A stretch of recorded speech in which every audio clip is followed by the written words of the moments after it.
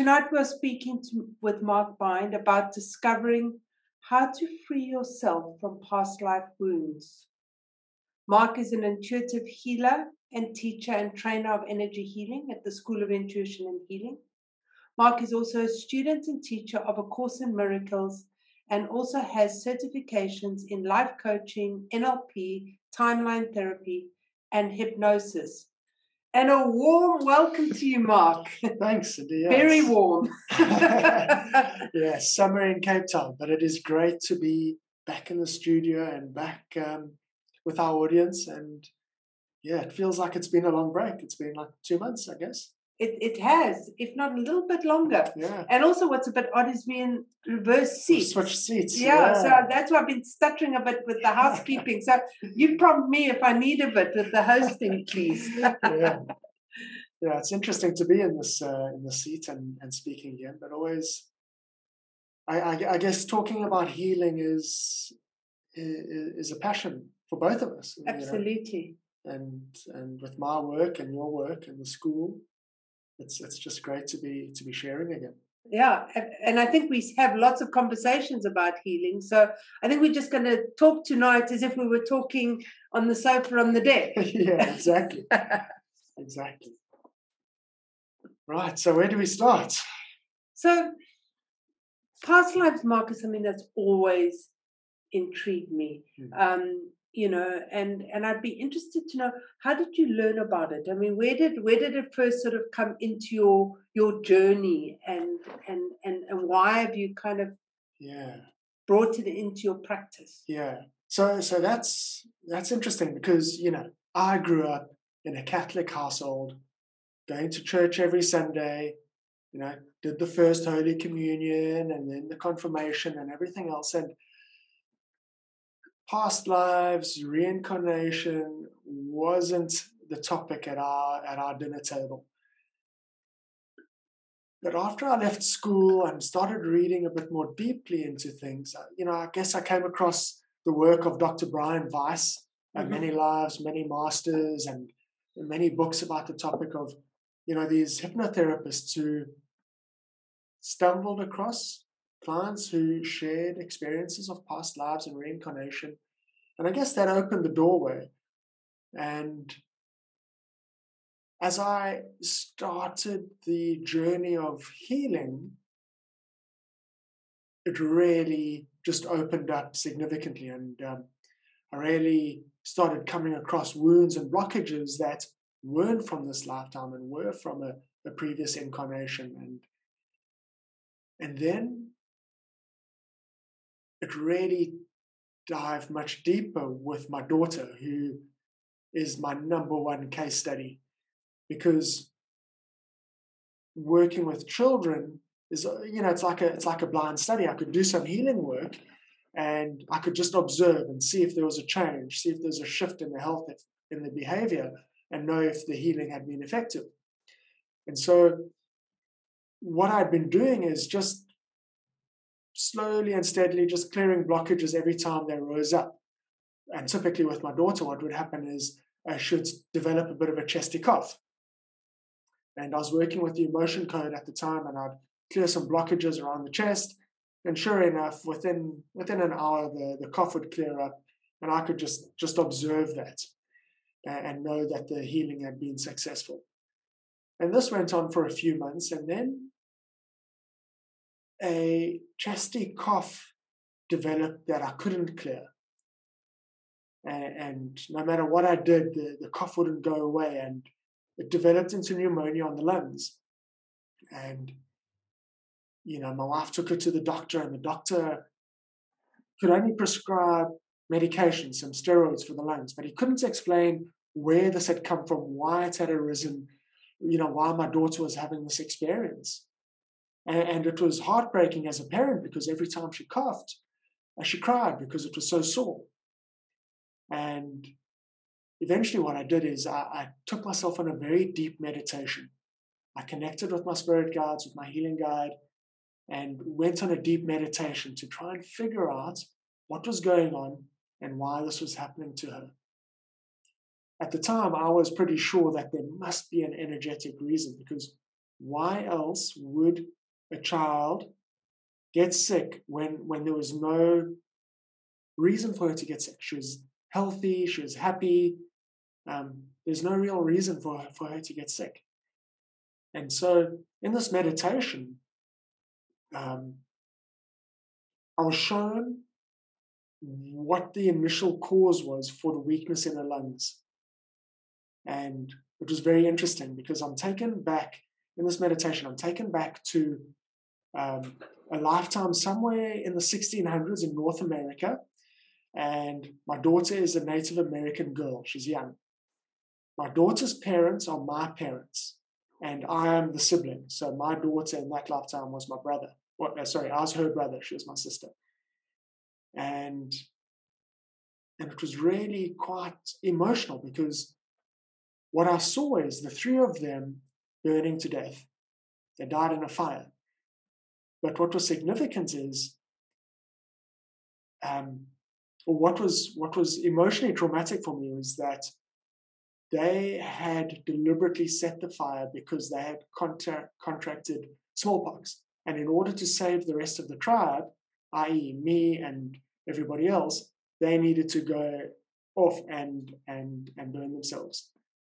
And you know, that discovery at the moment was just like heart-wrenching. And then I was like crying in the meditation. But I was also then given the steps to heal that wound. And I applied the steps thereafter. And the next morning, my daughter's lungs were fine. The cough had disappeared. She was happy and healthy as if it had never happened. It was really quite interesting. Well, what is also very interesting is my daughter's got a little birthmark here on her chest. Oh, really? I didn't know that. Yeah. No. And I mean, you wouldn't know because you can barely see it. But yes. You know, it came up that, you know, this was like, there was a burn, there was like an ember or something that fell on her and burnt her in that.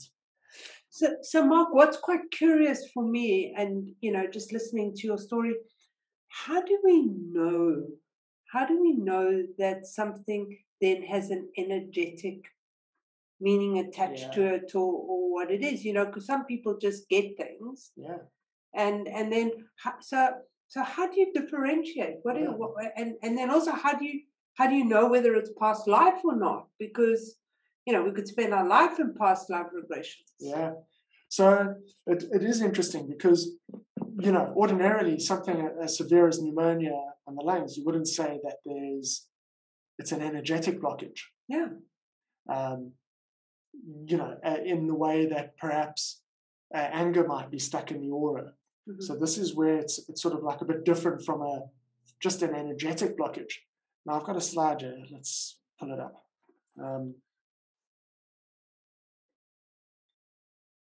Right, so there are a few ways of knowing when, perhaps not knowing, but clues that something might be energetic.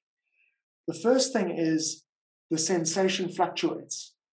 So if there's a pain or a discomfort, you'll notice that it fluctuates. Something that is very physical. Let's say you've got a hole in your tooth that is down through to the nerve. That pain will be quite standard, quite stable. It'll sit at a certain level. Mm-hmm.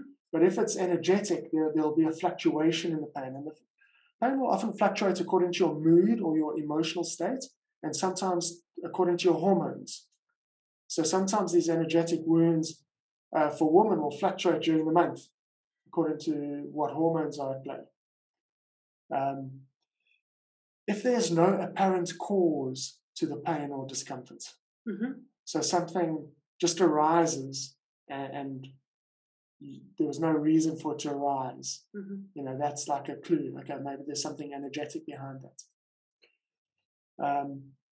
There can be a correlation to an activity, a person, or a place. So, you know, sometimes school children get a stomach ache on the same day of the week, and it might be the day when they've got double Afrikaans or double maths, you know, and then they get a stomach ache because they're anxious about that class. Mm-hmm. Or it might be anxiety about a test or an exam, and every time there's a test or an exam, they get like a diarrhea or stomach ache or something. So, there could be a correlation. It might be when they're going to meet somebody. There could be a person. So let's say, for example, you have been through a nasty breakup, and every time you've got to see your ex, you break out in a rash, or you get a sore throat. That's a clue that there's something energetic or emotional behind it. Or it might be a place. You go to school is a place of anxiety for a lot of people, or a workplace, or somewhere where you experienced a trauma, and that place could be the trigger for that energy to play up. Something interesting with energetic blockages and energetic wounds is sometimes the symptoms increase with light. And what I mean by that is I'll have clients come into my healing room, and just because they're in a place of healing and the energy is amplified, they start to feel their stuff. Or they get on the healing bed and you start channeling energy into the energy body, and they can feel the stuff more acutely. So that's another clue, like, it will fluctuate. So for some people, when they meditate, they can feel stuff. So they're meditating, they're connecting to source, and all of a sudden they're feeling this energy is amplifying the energetic wound or the emotional blockage. So for our audience, if somebody were kind of, for example, say, for example, gets burning back pain, as an example, and different things happen, and as they do meditation, that could fluctuate because the adrenals or whatever are overworking, and so would you then work with that? Yeah, no, it's a great way to work with it. If the blockage or the wound is triggered in a healing session, it's a great opportunity to actually go into it and to learn more about it. But lower back pain is interesting because there are a few potential causes aside from past life wounds. But I often find that when a person has a wound on the sacral chakra, they can have lower back pain. So a wound on the sacral chakra could be caused by an emotional breakup. Traumatic breakup causes a wound to the sacral chakra, and they will feel that at times quite acutely. And you can heal the wound, and the pain will disappear. Okay. Yeah. And if it doesn't, does that mean you would then go into the next steps of doing that? And what are the next steps? So if we were to, so kind of, you've identified that it's not in the sacral, and now there's still this. Yeah. So obviously there's the potential that there is a physical cause. So going to the lower back, maybe there's degeneration of the vertebrae or some damage to the cartilage. Or the kidneys, or and that is then in the hands of a medical professional or somebody who can deal with that. But if it's energetic, if we can identify it, it's actually quite easy to fix. Okay. People could save thousands of rands on, other treatments. So you asked me about the steps, and let me just share the steps that I received in that meditation 7 years ago. And to this day, I follow these steps, and I do this process several times a week for the past 6 or 7 years. The steps have remained pretty much the same.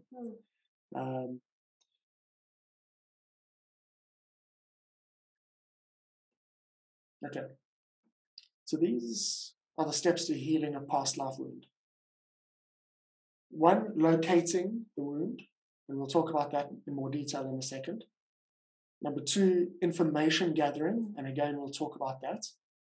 Then there's a 2-step process for cleansing. There's a 2-step process for healing, and then what I call wrapping. And we'll see if we've got time for that. Otherwise, we'll get to that another time. Okay, so locating the wound is an important step. Sometimes this is pretty easy because the symptoms tell you where the wound is. With my daughter, she was coughing. I knew there's something going on at the chest. I had a client recently who was, is, I guess, an international level triathlete. Okay, so knows her body well, is fit and healthy, but for the past 20 years has had this pain in her arm, that she couldn't sort out. She had been to every specialist under the sun to try and figure out what was going on with her arm, and eventually found her way to me. And just because of the symptoms, I knew where to look. And that makes it a lot easier. Okay, I'm going to look at the arm and I'm going to see what I can find. And in this case, connecting to the energy of the arm, going through the process, I was presented with this vision of her, actually, again, back in North America, a few centuries ago, as a Native American woman. And what I see clairvoyantly is her defending herself, putting her arm across her face as an attacker from a rival tribe beats down on her with a machete or an axe or something, and damaging her arm. And the information was, interesting and profound, but, this is what I do, so I come across stuff like that very often. Did the healing, cleared some other blockages around the arm, just got the energy flowing. And what was interesting is that, the next day already, she reported back that the pain was gone and she had never experienced such significant pain relief. There have been fluctuations since then because the arm is the energetic weak point that is now presenting the emotional blockages as we go through the healing process. But, in some cases, locating is easy. In other cases, it's hard. So there are a few tools that you can use to locating the wound. Let's share the slide. Okay. First one is obviously, if you've got the gift of clairvoyance, this is probably the easiest. And you can connect to the etheric body and imagine looking at the etheric body, and you might see a wound or a darker shade somewhere in the etheric body that tells you where the wound is. Sometimes, I'll have somebody come into the healing room and there's a wound that's so ready to be healed, right on the surface, pushing, knocking on the door, as I like to say, and it just kind of presents itself immediately. And, I might get the scene in my mind straight away of what happened or where the wound is, etc. They're not all the wounds are that easy. There's something that some healers do, and that's quite useful to do it, and that is to feel with your eyes. And you're not seeing so much, but you're sensing with your eyes.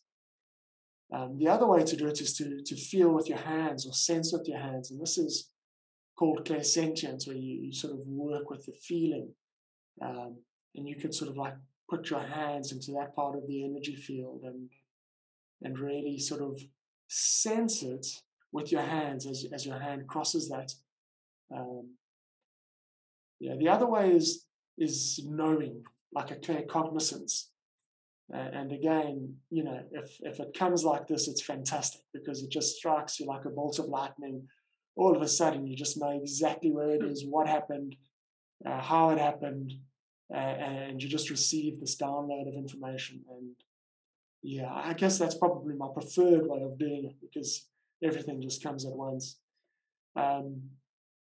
Channeling is another useful tool. I like to do this. I sort of have a conversation with my healing guide, so I can ask questions and I'll receive the answer in my head. And it's like just having a conversation and, almost like just talking to somebody who does have the answers. So my healing guide, if I'm not sure, I can ask my healing guide, okay, where's the wound? And my healing guide will say, okay, look at the neck, look at the shoulder, look at the chest or wherever. Another useful tool is dowsing. And you can dowse with the pendulum to identify where the wound is. And there's something else, little known dowsing tool. I don't know if you've ever heard of this. Finger dowsing. Have you ever heard of that? No, I haven't. you kind of like rub your thumb and finger together, and depending on whether it's a yes or a no, you'll have a different sensation in your fingers. Oh, wow. So as you rub them together, if it's a yes, it gets sticky, and if it's a no, it's like smoother. It's really difficult to master. I haven't mastered it, so I haven't really used it, but I tried it for a period of time. What's useful is you can actually move your fingers around the client's body. Yeah. And when you reach the correct spot, you'll feel it, you'll sense it in your fingers. Yeah. I've never used that before. No. I have to say that's fascinating. Yeah. So it's an interesting tool for, if anybody wants to develop that, it's something that can be developed. So Mark, just remind everyone in the etheric body, why in the etheric body? What's So energetic blockages can occur anywhere within your energetic anatomy. So you've got your subtle bodies, which is kind of like the layers of the aura. You've got your chakras, you've got energy meridians, you've got energy channels, and you've got energy centers. Right, so you've got these 5 key areas of your energetic anatomy. Past life blockages, or any blockages, can occur anywhere within the energetic anatomy, okay, in any of those 5 areas. Past life blockages, there's another area in the energetic anatomy, the extended light body, where we find the aspects of the the past life aspects, where accumulated debris accumulates. So that's the one area where we find some past life debris accumulating. The other is energetic or emotional blockages within the subtle bodies. And I often find past life blockages from the mental body, which is the 3rd layer outwards.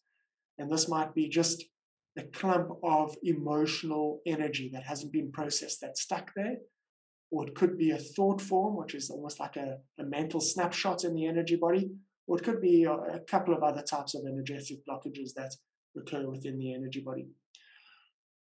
For the discussion tonight, what we're talking about is past life wounds. Now, a past life wound is what occurs when there's been a physical trauma in a past life. When there's been a physical trauma in a past life, there can be, and often is, a wound within the etheric body. The etheric body is the first layer of the aura. So this is the layer that is closest to the physical body. It is really quite dense and sits really overlapping the physical body. Now, the etheric body is also what you would probably see if you were looking at somebody and you started to see a bit of a light around their body. So if you were staring at somebody, maybe lovingly at your partner, or if you're in a business meeting and your Monday morning board meeting and you're getting bored and you're staring at the speaker, just stare at their forehead for a second and let your eyes relax, let your eyes soften. You might see a little glimmer of light around their physical body. This is the etheric body. And people aren't the only ones to have it. You might look at a tree on a clear day and you might see a little bit of light shining around the tree. So the etheric body is where these past life wounds are held. And as you connect to the etheric body, you might see it. And when it comes to the healing, what we are focusing on is we're focusing on this etheric body, and we're trying to locate that wound within the etheric body. For me, I always see it on top of Table Mountain. There, you just see Table Mountain is held by a beautiful etheric body, and really easy to see on a clear day. Sorry for those that are sitting in cold England or anywhere else in the world. So, Mark, the next thing I want to know is, so how do you get the information from? So we've now located it, we've connected with it, we know what the physical wound is. And then is it past life for the sake of doing past life, or how do you get this information? So I guess what's important is that you heal the wound. That is the key thing. The information is interesting and often useful, but not always useful. Okay. So can I just clarify? So if we're feeling pain in our in this life, yeah, that pain has been caused in a physical body in one of our past lives. Is that correct? possibly, yes. Possibly, Yeah. you would be guided as a therapist to then go to the point of where that happened. So if it isn't in this life, you would then be given information. Correct? Yeah. And how do we get information? I mean, there are different ways, but which methodology do you use of getting information around that past life? Yeah. So let's bring up another slide.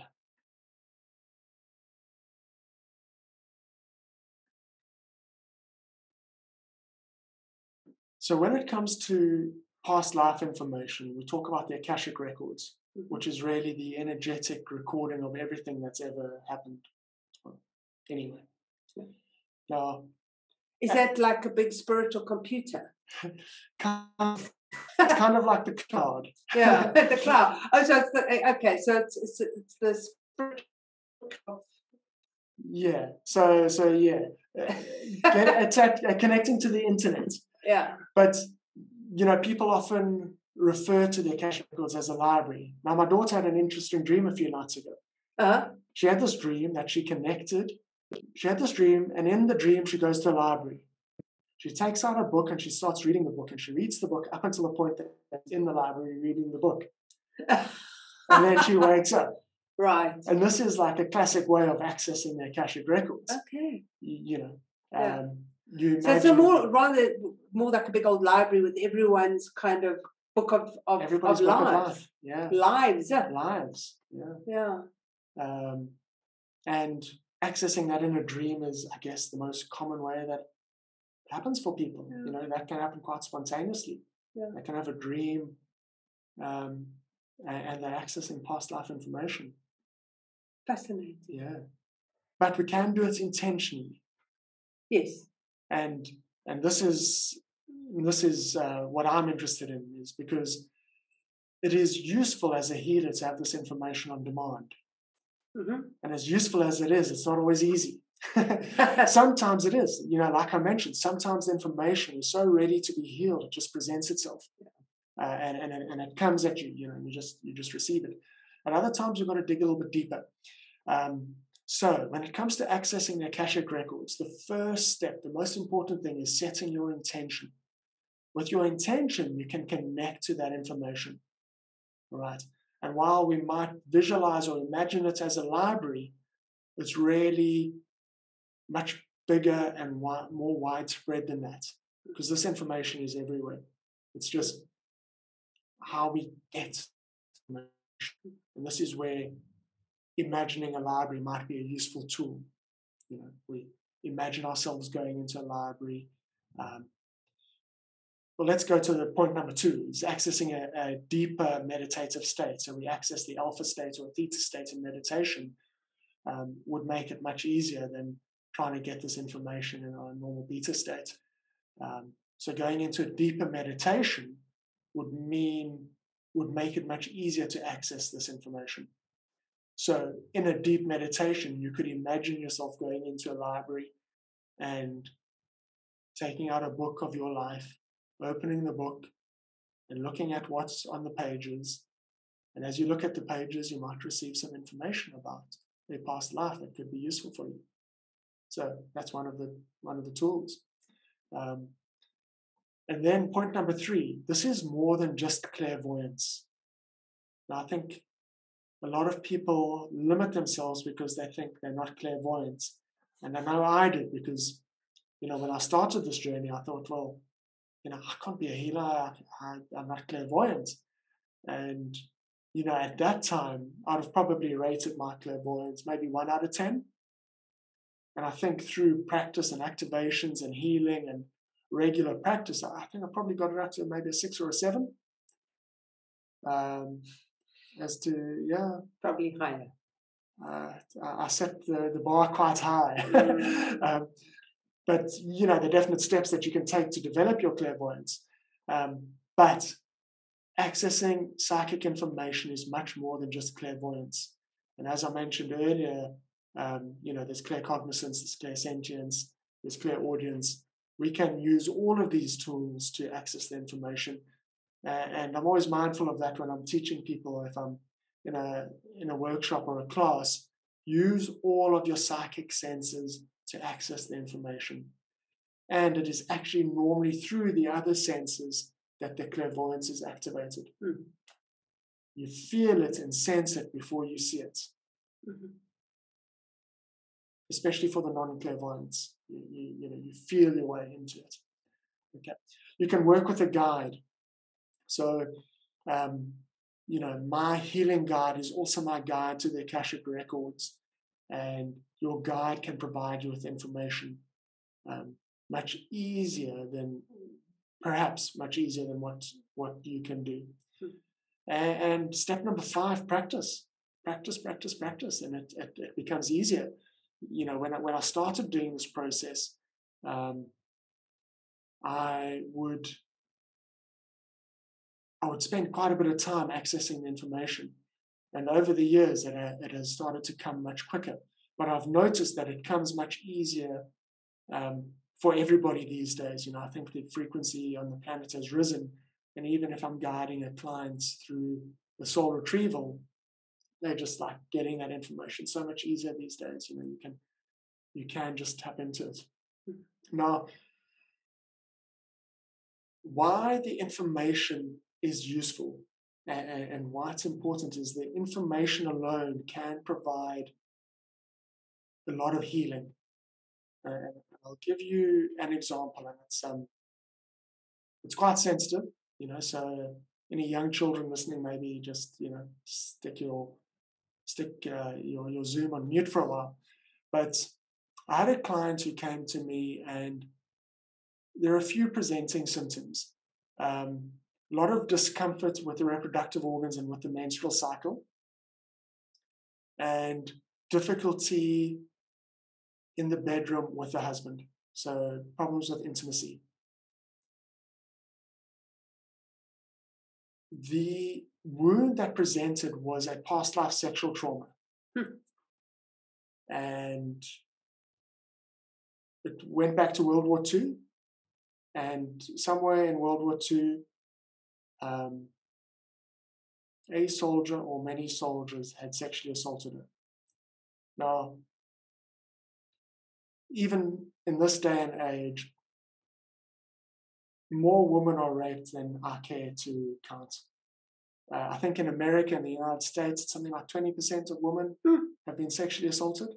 In South Africa, it's probably much higher.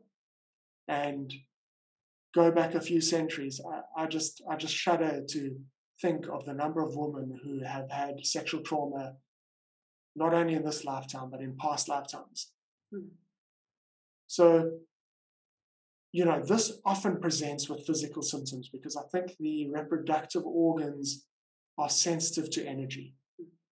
And there are so many different conditions that women have. And where there's sexual trauma, there's normally some sort of symptom, whether it's polycystic ovaries or endometriosis or just painful periods, discomfort and pain, once a month. So healing the wound is one thing. But what was so profound about this particular client and this healing session is after the session, when I explained what had come up, she burst into tears, but there were tears of relief because there had been this lingering sense that she had been sexually assaulted and she thought it was from this lifetime. And she didn't know why she was having problems being intimate with her husband. And sharing that information really transformed that. It just allowed that healing to take place. The information, while not essential to healing the wound, is really quite powerful. Yeah. And I'm seeing that as you get the information, it is quite sensitive because your technique is slightly different from the regression type past life Yeah. wounds. It's almost like you're going directly in, you're going to the cause, you gathering the information rather than letting your client re-experience that. Because Yeah. the regression type past life is more about the therapist going in, getting the information, relaying that, and then working with that as the client resonates. Obviously, there's a check-in in the process, Yeah. Mark. Yeah. So when it comes to these past life wounds, so what we're talking about tonight, where there's a wound from a physical trauma, and we need to heal that wound on the etheric body, the innermost layer of the aura. For that process, I pretty much always get the information, do the healing, and then relay the information to the clients. Where there is emotional trauma, the emotional trauma sits somewhere else. And the emotional trauma presents as what is known as soul loss. And soul loss is what occurs when a part of the energy fragments due to trauma. Yeah. When the emotional trauma is too severe, there need not be a physical trauma for this. Okay, so it can happen just from emotional abuse. It need not be physical, but it often is. Part of the heart field actually fragments. So the term soul loss is a misnomer because the soul sits above the energetic anatomy. The soul cannot be damaged, but the heart field is the reflection of the soul within this world, within this place that we call home. And it's part of the heart field that fragments when there's this soul loss. So often when I guide a client through a soul retrieval, I would take them on that process of accessing that information for themselves. Right. And can you get an emotional in a past life as well? Yes. So, but it's a different process to It's a different process. So we're talking to that about the wounds, yeah. a bad cough, a heart condition, a leg, that kind of thing. Okay, so that's the process we're talking about, as opposed to the emotional, which would be a soul retrieval within a past life. Have I got that right? Yeah. Okay. Yeah. Same process, but it would just be emotion. You get there the same way? There's different ways to get there. Okay. Depending on my favorite way is to go through the energy, or to guide the client through the energy. Okay. If I'm doing the process for the client, so there are a few places where I'll probably struggle to guide a client, where the fragment is in. Okay, there's three key places where I would do the soul retrieval for the client. If that lost soul aspect is in the land of the dead, it's known as the land of the dead, where that soul aspect is in an experience of dying or death. If the soul aspect is in what is called the void, which is kind of like a repetitive cycle. It's kind of like they're stuck in a loop. And the other place would be if that soul aspect has been stolen. So it is being held by another person who is reluctant to let it go. So we're sort of like going off piste a little bit here, but it's interesting. So in those cases, and as the healer, the process for me is similar because I'm accessing the Akashic records psychically.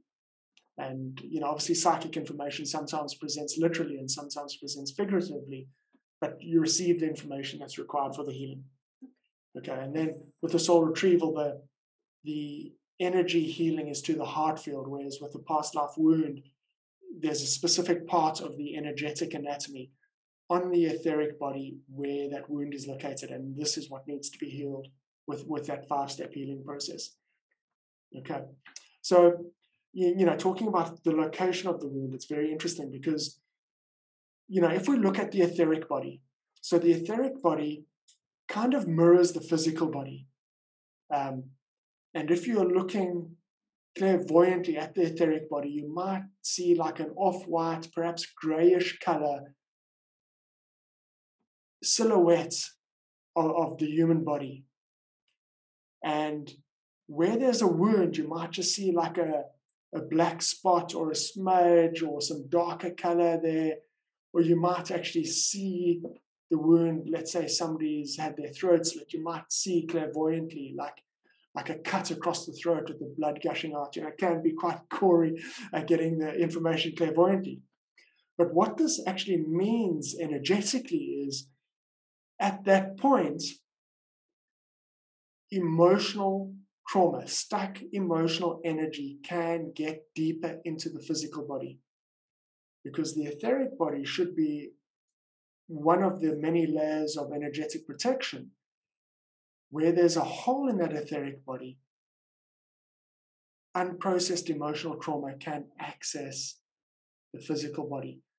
Now, why I say this is, oftentimes, most times, when I work with clients who have cancer, the cancer starts where there is an etheric wound. So I had a client come to me many years ago. Now, when I was starting this process, I would get this information before the client arrived. Because it was taking me longer than it does now, and I wanted to give myself the time to get the information, I would actually prepare before the client arrived. So I got the information for this client, and I found the location of the wound, and I got left side of the head. And the information, again, similar, this theme's coming up a lot tonight. Native American, an attack by one tribe on another tribe, and there was an axe wound to the side of the head. And I drew this on a little diagram on a piece of paper, and I said, okay, this is where we need to look. And there were a couple of other wounds as well, but I can't remember what they were. When I see the client, I put two and two together, because the client arrived with a massive tumor on the side of her head. Her whole eye socket was exploding, and it was quite obvious that there was a tumor behind the eyeball. Yeah. So whilst the past life wound didn't cause the cancer, a lot of people have past life wounds and never get even any physical symptoms, and the disease never develops. The cancer had developed firstly where this wound was, and because of that hole in the energy body, the emotional trauma from subsequent emotional traumas had accumulated there. So interesting. The other thing to say is why people feel that is back to the etheric body. We've got this field of energy. That I say it's got the silhouette of a human body, and the energy is flowing. Now, let's say there's a part of this energy body where the energy is not flowing. The energy then is not supporting the cells of the body in that place.